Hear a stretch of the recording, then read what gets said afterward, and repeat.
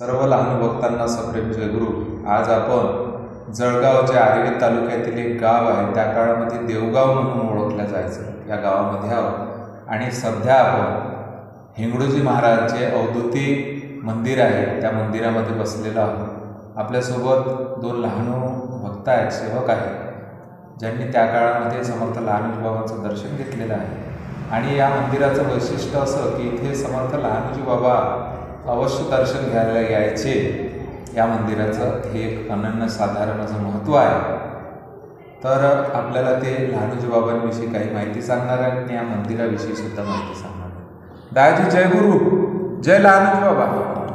सर्वात आधी तुमचं नाव सांगा संपूर्ण.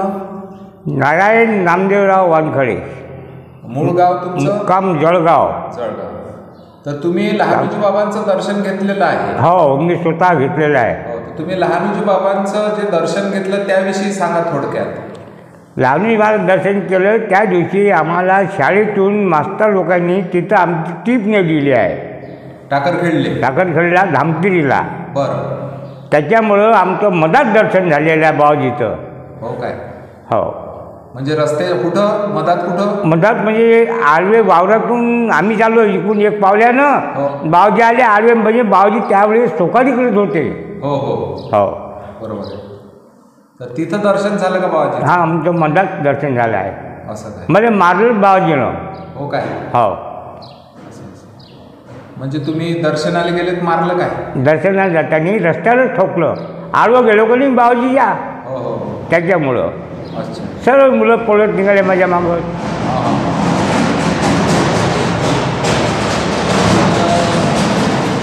तुमचं वय काय आहे आता? तुमचं वय? माझं वय आता 85 आहे. 85 वर्षाचे आहे. हो. तर तुमच्या गावामध्ये सुद्धा बाबाजी आले होते ना? हो, आमच्या गावात महाराज हनुमानजीवर राहत होते. हो. हनुमानजीवर त्यांचं स्थान आहे, आताही आहे. रोज प्रार्थना होते बरोबर हनुमानजीची. आणि ज्यावेळेस ते तिथून इथं आले तिथून जात नव्हते, पण तितक्या लोकांनी त्यांना जबरदस्ती नेलेलं आहे. हो, टाकरखेडला. बाबाजी तिथं काय रे मी इथंच काय नाही सर्व काही. जळगाव जे आहे ते कुठंच नेमले काही. हो काय? इथंच आहे मी सर्व. बाबाजी इच्छा नव्हती जायची पण त्यांनी नेलं. हो काय? आणि ह्या हिंगडोजी महाराजांच्या संस्थांविषयी सांगा ना थोडंसं. यांच्या बाबतीत मला तेवढी माहिती नाही आहे. बरं. काय पण इथे जे उपक्रम चालते याविषयी सांगा, उपक्रमाविषयी.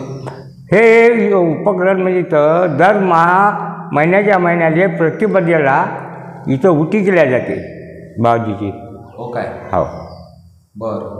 आणि एक रात्रभर भजन असते आणि दुसऱ्या दिवशी पण त्या दिवशी निरंकार उपास असते, काहीच नाही घेत. असं का? नाही, या पंथाचे लोक काहीच नाही घेत त्या दिवसाला.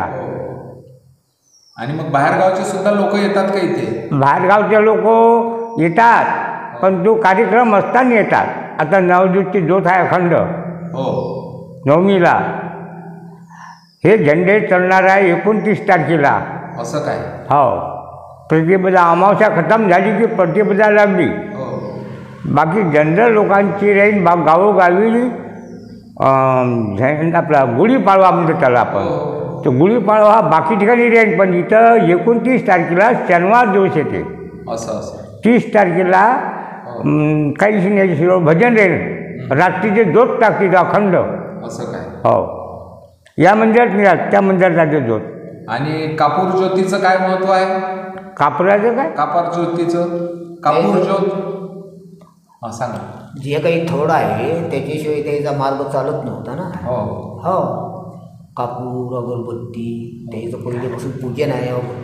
अबीर गुलाल चंदन फुलं हार वगैरे दर महिन्याने उठी होते की नाही.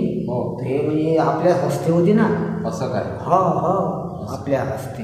हो हो. तर हे कापराची ज्योत चालते म्हणते ना 9 दिवस तिथं त्या मंदिरात येतो ना आपण. कोणत्या मंदिरात? हे समोरचं मंदिर. असं काय? हो, हे हिंगडोजी महाराज. जिथून मी आलो त्या मंदिरात.